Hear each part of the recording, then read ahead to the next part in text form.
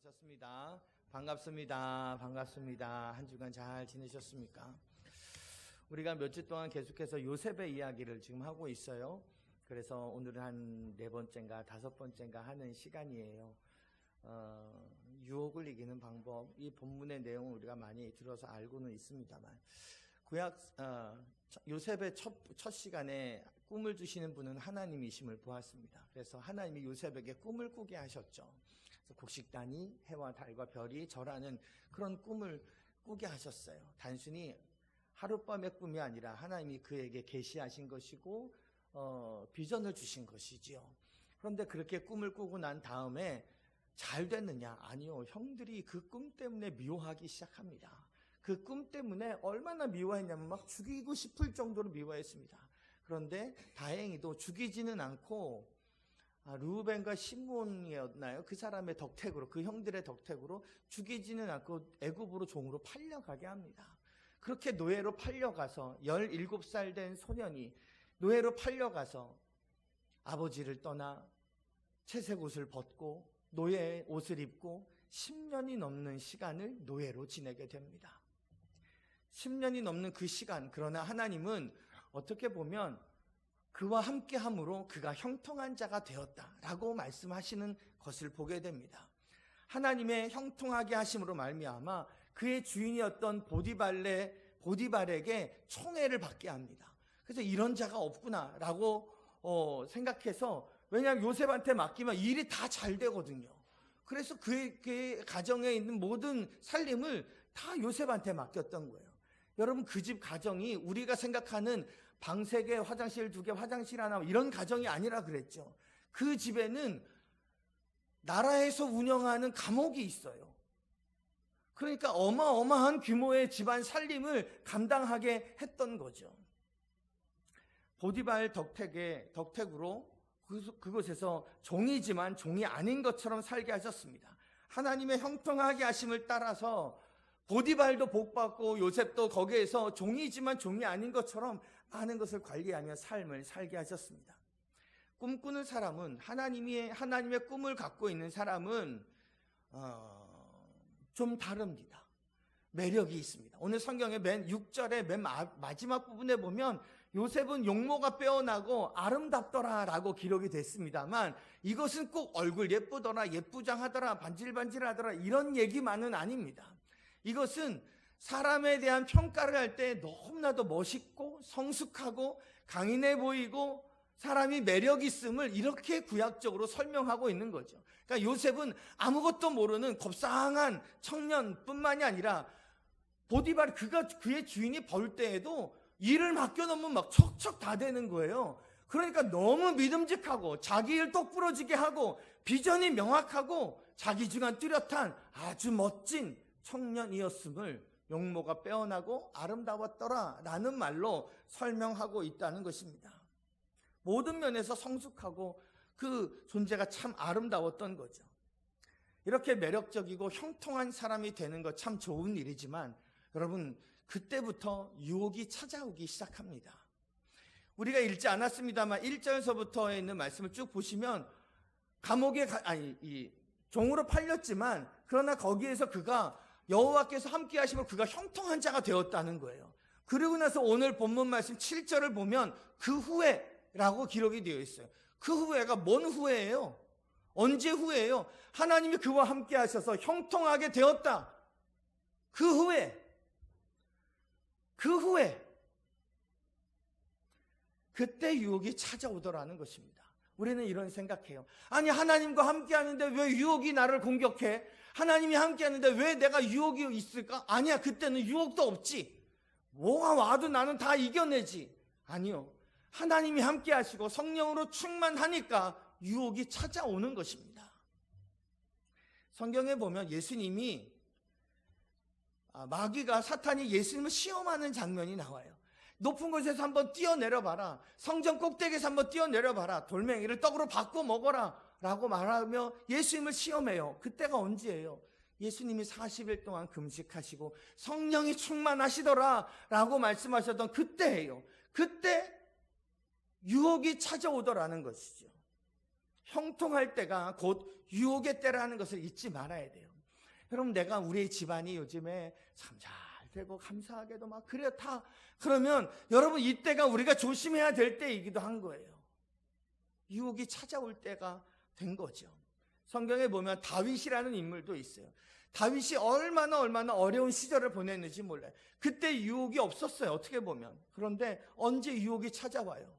전쟁 내가 이제 더 이상 안 나가도 될 때, 저녁에 잠이 하나 가지고 그냥 막 어슬렁 그러고 있을 때, 그때 한 여인이 목욕하는 장면을 보고 그 여인을 불러다가 동침해요. 그가 형통할 때, 나라도 안정이 되고 뭐 문제가 없다 생각할 그때, 일이 잘 될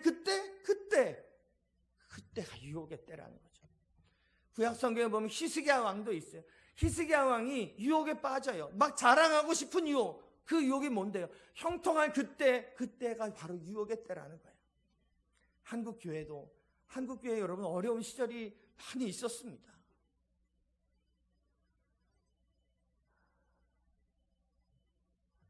그 어려운 시절 다 지나가고, 신사참배 위기 다 지나가고, 경제적으로 먹고 살기 힘들 때에도 그때도 다 지나가고, 이제 형통할 그때가 되었습니다.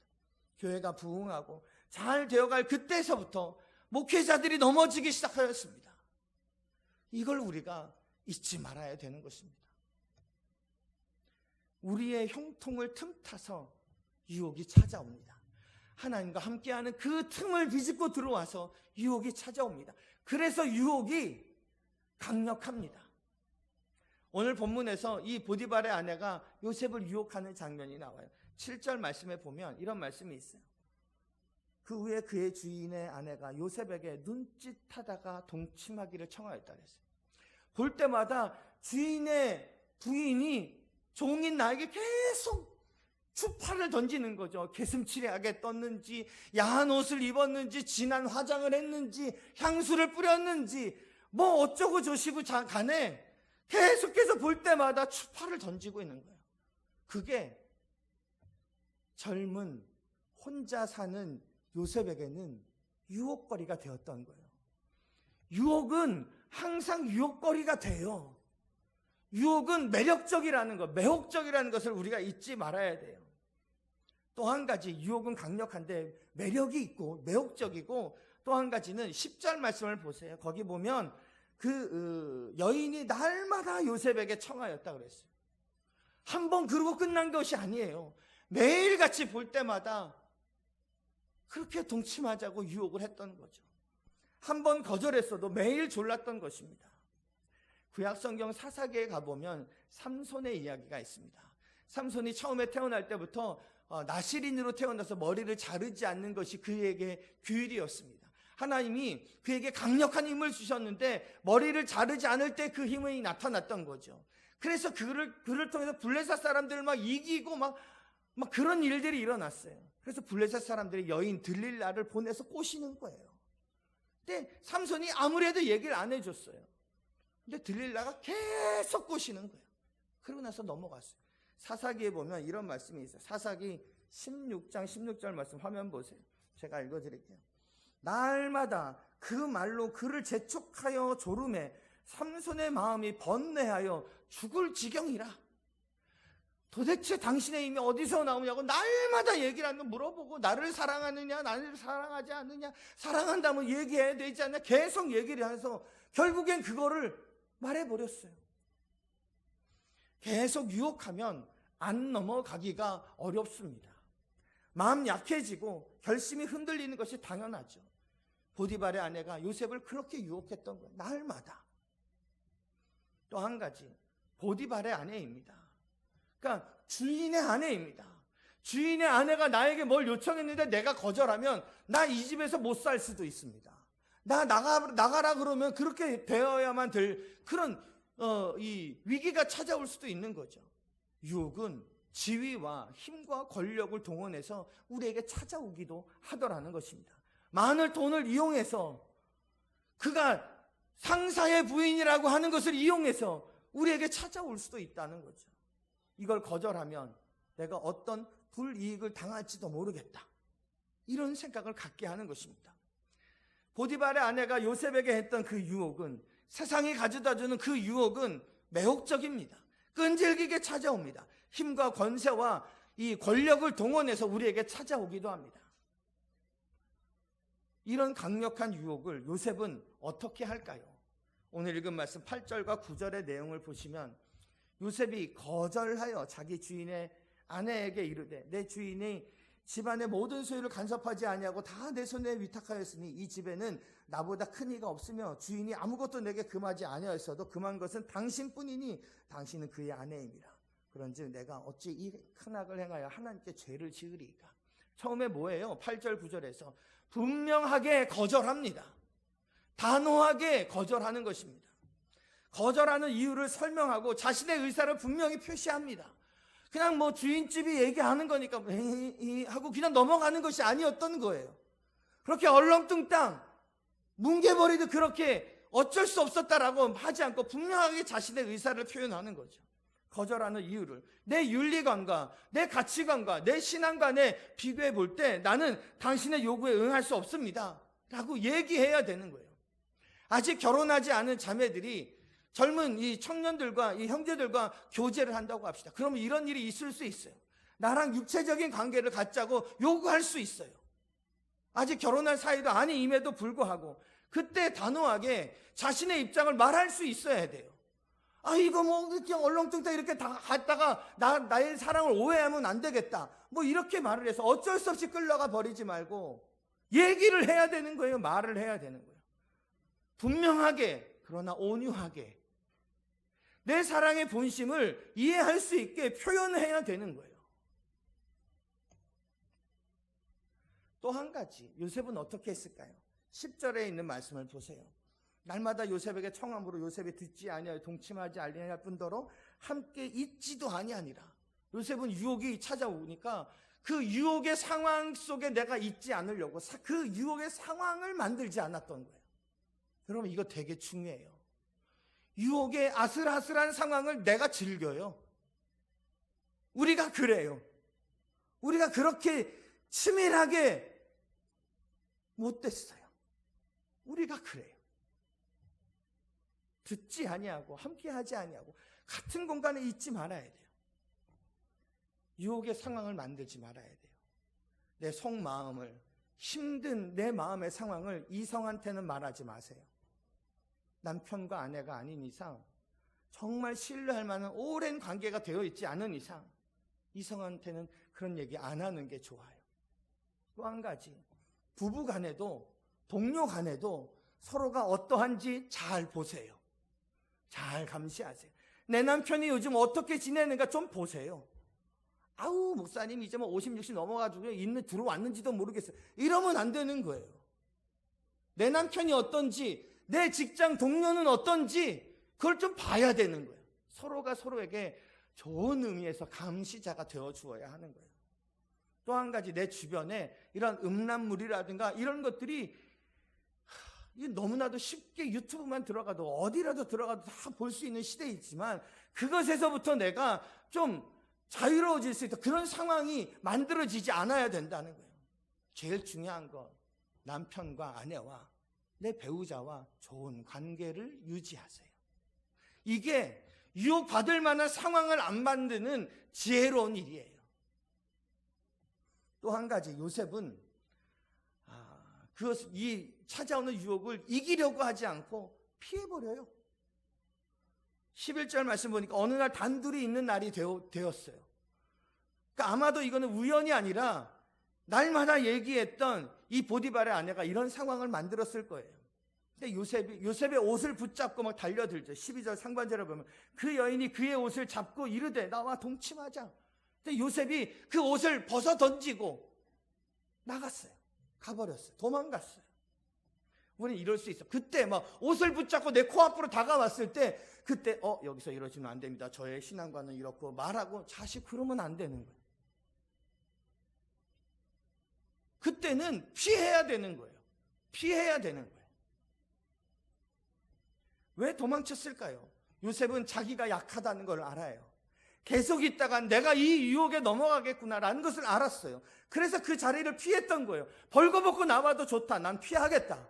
내가 오해를 받을 만한 상황이지만 나는 그 선을 넘지 않겠다. 난 도망 나오겠다. 그래서 도망 나왔던 거예요. 계속 있으면 결국 넘어집니다.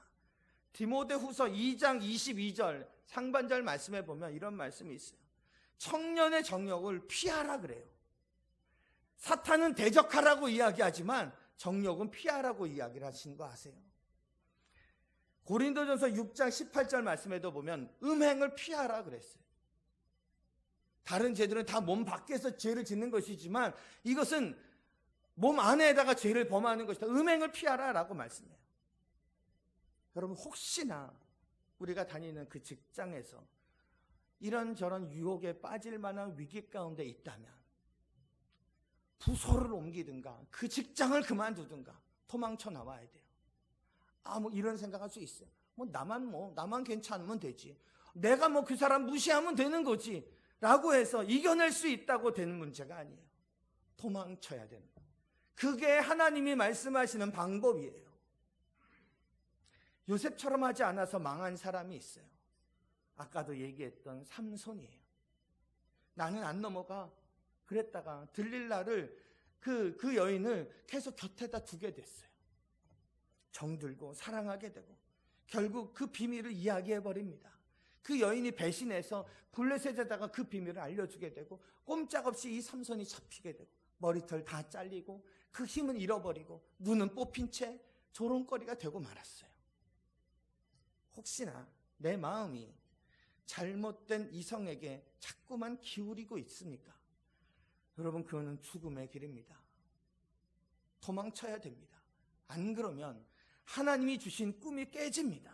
가정이 깨집니다. 자녀가 깨집니다. 도망가야 됩니다. 피해야 됩니다. 그게 살 길입니다. 요셉이 단호하게 온유하게 거절하고 또 한 가지는 그런 상황을 만들지 아니하고 원치 않았지만 그런 상황이 왔을 때에 그것을 피해버렸습니다. 이렇게 이길 수 있는 힘은 어디에서 비롯되었을까요? 바로 그에게 유혹을 이길 수 있었던 근본적인 힘은 경건함에서 나오는 것입니다. 우리의 경건은 아무도 보는 사람이 없을 때에 그것이 드러납니다. 그때에도 우리는 하나님을 의식할 수 있어야 됩니다. 아무도 보는 사람이 없고 당신과 내가 합의해서 서로 하룻밤을 즐기는 거, 이게 뭐가 문제냐? 내가 강제로 하자 그랬느냐? 합의하에 하자라고 얘기를 해서 그렇다면 아무런 문제가 되지 않는 거. 이건 고등학생이랑 성관계를 맺어도 합의해서 그렇다 그러면 아무런 세상의 법정 앞에 서지 않는 것이 오늘날의 현실이고 세상의 사고방식이에요. 결혼해서 관계를 맺는 것이 아니라 사랑하면 서로 잠자리를 같이 해도 되지 않느냐라고 말하는 것, 사랑하면 문제없는 것 아니냐라고 말하는 것이 세상의 방식이라는 거죠. 하지만 경건의 사람이라면 어떤 것을 먼저 생각해야 되냐면 9절의 하반절 말씀 보시면 그런즉 내가 어찌 이 큰 악을 행하여 하나님께 죄를 지으리이까. 경건한 사람의 반응은 이렇습니다. 요셉은 하나님을 의식하는 그런 삶을 살았습니다. 자신을 내려다보고 계시는 하나님을 인식하며 살았던 거죠. 하나님 앞에 내가 있습니다. 아무도 없지만 하나님 앞에 나는 있습니다. 하나님이 내 삶을 보십니다. 그래서 주인은 몰라도 다른 사람들은 몰라도 하나님을 내가 의식하기에 난 당신의 요구를 받아들일 수가 없습니다. 요셉의 이런 경건의 능력은 어떻게 갖게 되었을까요? 요셉의 이 세 가지의 방법으로 위기를 탈출했지만, 유혹을 극복했지만 그 근본적인 것은 경건의 능력이 있었다는 거예요. 이 경건의 능력 어떻게 갖추었을까라는 것입니다. 10년의 노예 생활에 답이 있는 것 같습니다. 우리가 조심해야 될 것이 있습니다. 종살이 하던 그 10년의 세월을 마술처럼 훌쩍 지나간 것으로만 생각하는 것입니다. 하나님께서 주시는 꿈을 갖고 있는 사람이니까 그 다음부터는 하나님이 도와줘가지고 하나님의 섭리로 일사천리로 착착착착 잘 되느냐? 요셉은 10년을 종살이 했습니다. 저절로 잘 되고 저절로 가정총무가 하루아침에 되고 예수 믿는 사람은 다 잘 되느냐? 아니요. 신앙생활을 마술처럼 생각하지 말아야 합니다. 우리는 죄악 많은 이 세상에서 또한 타락한 육체를 가지고 살아가는 우리입니다. 그런 우리가 하나님과 동행하는 것, 여러분 이거는 저절로 되는 문제가 아닙니다. 내 마음 안에 치열한 싸움이 있을 것입니다. 전쟁과도 같은 시간을 보내야만 합니다. 지난번에도 말씀을 드렸지만 하나님은 요셉과 함께 하셨습니다. 함께 하신 하나님 참 은혜지요. 그러나 요셉의 입장에서는, 우리의 입장에서는 하나님과 함께 하는 것입니다. 하나님이 함께 하신다. 하나님과 함께 한다. 이것이 맞아떨어지는 것, 그것이 경건의 삶의 출발이라는 것이지요. 요셉은 하루하루 주님 따르며 살아가는데 실패하지 않았던 것 같습니다. 그러니까 유혹이 찾아왔을 때 내가 어찌 하나님께 죄를 범하겠습니까? 라고 말할 수 있었던 거죠. 하루하루 무너지지 않는 삶을 살았기 때문에 가능했던 겁니다. 그분과 함께하는 일이라면 최선을 다했던 거죠. 17살 때 잡혀와서 10년, 그 뒤로 10년 뒤에 잘 됐느냐, 그 뒤에 감옥, 그렇게 13년의 시간, 요셉은 어떤 마음이었을까요? 요셉의 마음은 얼마나 많이 무너졌을까요? 얼마나 많이 외로웠을까요? 그냥 시험이 유혹 앞에 확 몸을 내던져서 그냥 그렇게 하룻밤을 보내고 싶은 마음이 요셉에게는 없었을까요? 그때마다 마음 안에서 전쟁을 치르듯 했을 것입니다. 그때마다 하나님이 함께 하셨고, 그때마다 그 치열한 전쟁과도 같은 삶에서 다시 하나님을 발견하고 마음을 추스릴 수 있었던 거죠. 하나님과 늘 동행했던 것입니다. 여러분, 하나님과 동행하기 위해서 새벽을 깨우고 주의 음성에 귀를 기울이는 삶을 살아야 합니다. 우선순위가 바로 된 그런 삶을 살아야 합니다. 뭐가 정말 중요한지를 잘 깨닫고 좀 살펴볼 줄 알아야 합니다. 그것이 유혹을 이기는 원동력이 되었던 거죠. 여러분, 이런 경건의 삶은 훈련이 필요합니다. 경건의 훈련이 필요합니다. 그런데 사람들은 이 훈련을 싫어하는데, 그 훈련을 싫어하는 이유는 이런 훈련을 받으면 내 자유가 희생되기 때문에 그렇다는 거죠. 훈련이 없으면 진정한 자유가 없습니다. 저는 제대로 다룰 줄 아는 악기가 하나도 없습니다. 그냥 피아노도 좀 띵똥띵똥, 기타도 좀 띵똥띵똥, 기타는 띵까띵까, 피아노는 띵똥띵똥.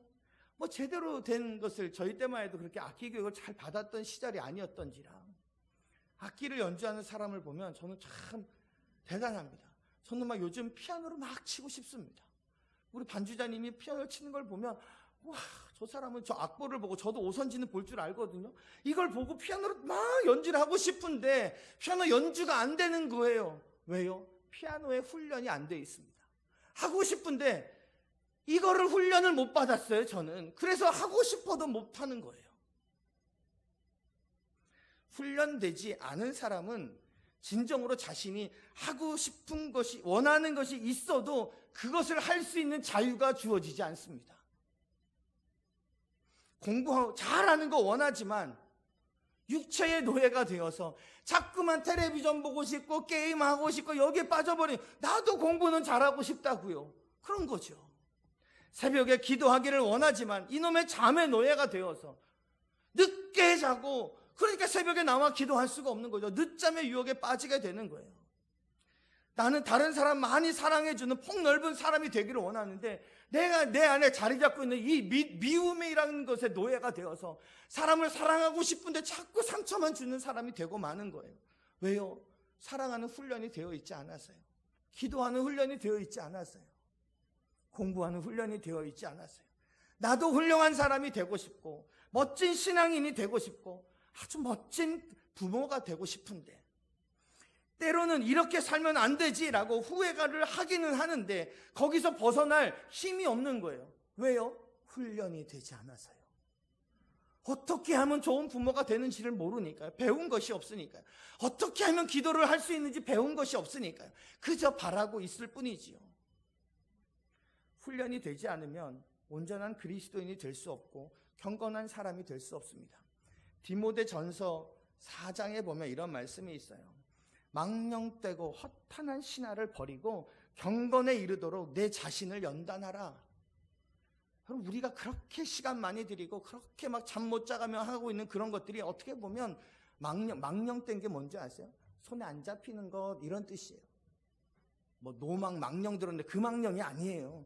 손에 안 잡히는 뜬구름과도 같은 것을 향해서는 그렇게 쫓아가면서 기도 한마디 못하고 사랑 한마디 못하고 마음에 바라기는 하는데 훈련이 되지 못해서 좋은 부모가 되지 못하고 있다면 여러분, 우리는 훈련 받아야 되는 거예요.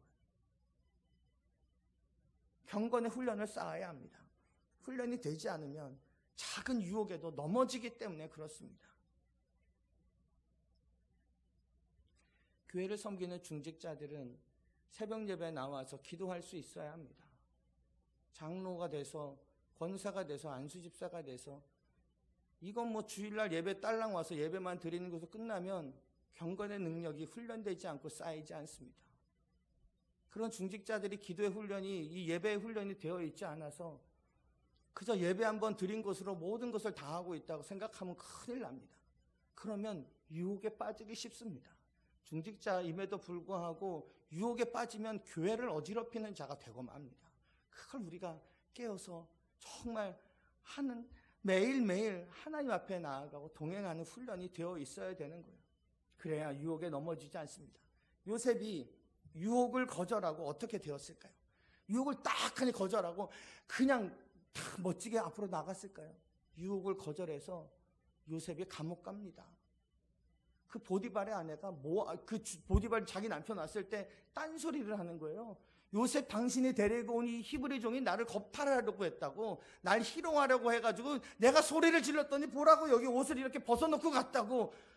그 얘기를 듣고 보디발이 자신의 집에 있던 왕의 특수범, 정치범들만 들어가는 그 감옥에다가 요셉을 가둬버렸어요.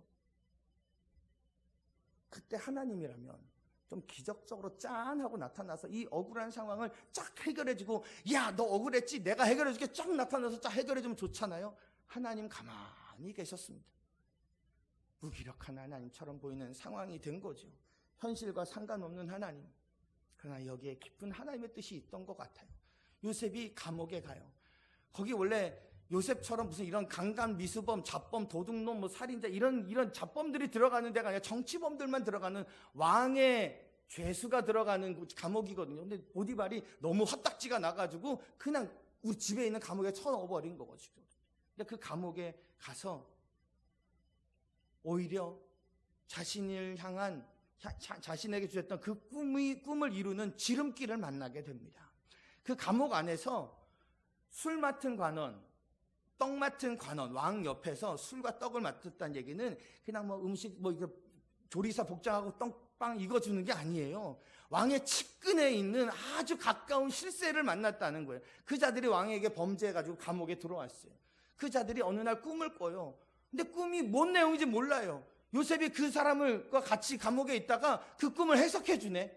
그리고 이 사람이 그 꿈대로 그 다음날 풀려나서 복귀해요.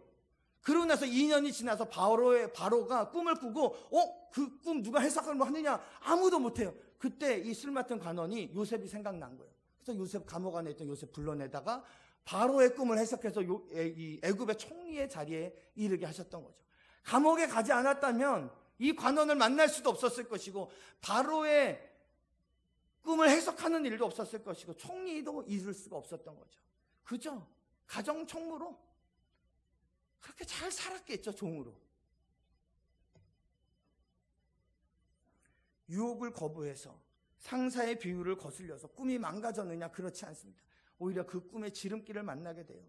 또 한 가지, 감옥은 이 사람에게 주신 이 꿈을 보호하는 곳이 되기도 했습니다.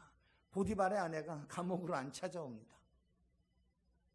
그래서 그 유혹이 그치게 되었던 거죠. 보호하는 곳이 됩니다. 만약 요셉이 아버지의 집에서 계속 있었다면, 형들이 미워해서 애굽으로 팔아버리지 않고 아버지의 집에 계속 있었다면 그의 꿈은 그대로 잘 유지가 되었을까요? 형들이 그렇게 미워하고 조롱하고, 네가 꿈꾸는 자가 오는구나, 아주 그냥 네가 되다 보자 이러고 11명이 달려들어서 계속 보고 있다면, 야, 나도 이러면 안 되겠구나 해가지고 그의 꿈이 사그러질 수도 있었을 거예요. 하나님은 거기서 그를 내보내셨어요. 애굽으로 가게 하셨어요. 아무것도 의지할 것이 없어서 하나님만 바라보게 하셨어요. 하나님 주신 그 꿈만을 바라보게 하셨던 거죠. 애굽은 꿈을 보호하는 곳이 되었던 겁니다. 당장에 안 돼도 여러분 너무 속상해하지 마세요. 꿈이 망가지는 게 아니에요. 유혹과 타협하지 말아야 합니다. 여러분, 우리가 경건의 삶을 제대로 살지 않으면 유혹이 기회처럼 보입니다. 하나님의 말씀에 잘 깨어 있지 않으면 이게 분명 유혹인데 이게 기회처럼 보여요. 어떻게 해요? 저 보디발의 아내, 저 주인집의 아내가 날 그렇게 예뻐한다고? 그렇다면 나도 저 사람을 이용해서 몇 번 이렇게 잠자리 같이 해주고 내가 권세를 더 많이 누리면 어떨까? 라는, 그렇지 않아도 나도 외롭고 힘들었는데 아주 잘 됐구나 싶은 마음이 기회로 다가오는 거죠. 어디서 돈 많이 벌 수 있다라고 하는 그것이 유혹으로 다가오는데 이것이 왠지 내 귀에는 기회로 다가오는 거예요. 왜 우리가 유혹에 자꾸 넘어갑니까? 유혹처럼 안 보이니까 넘어가는 겁니다. 못 이긴 척하고 즐기고 그녀를 통해서 더 많은 것을 누릴 수 있는 기회라고 생각하게 되는 거죠. 경건함으로 훈련되지 아니하면 유혹이 기회로 보이게 되는 거예요. 여러분, 나로서는, 나의 능력으로는 유혹을 이길 힘이 없습니다. 유혹인지도 잘 모릅니다. 유혹을 이기는 방법 나에게는 없습니다. 그저 하나님과 함께 하는 겁니다. 그러기 위해서 경건의 훈련을 하는 것입니다. 유혹 없는 삶은 없습니다. 아무리 많이 가져도, 아무리 나이가 들어도, 아무리 풍성해도 이런저런 삶에 크고 작은 유혹들을 만납니다. 유혹을 이기는 그런 사람들이 될 수 있기를 바랍니다. 유혹을 유혹으로 분별할 수 있는 경건의 삶을 살아가는, 그렇게 하나님과 함께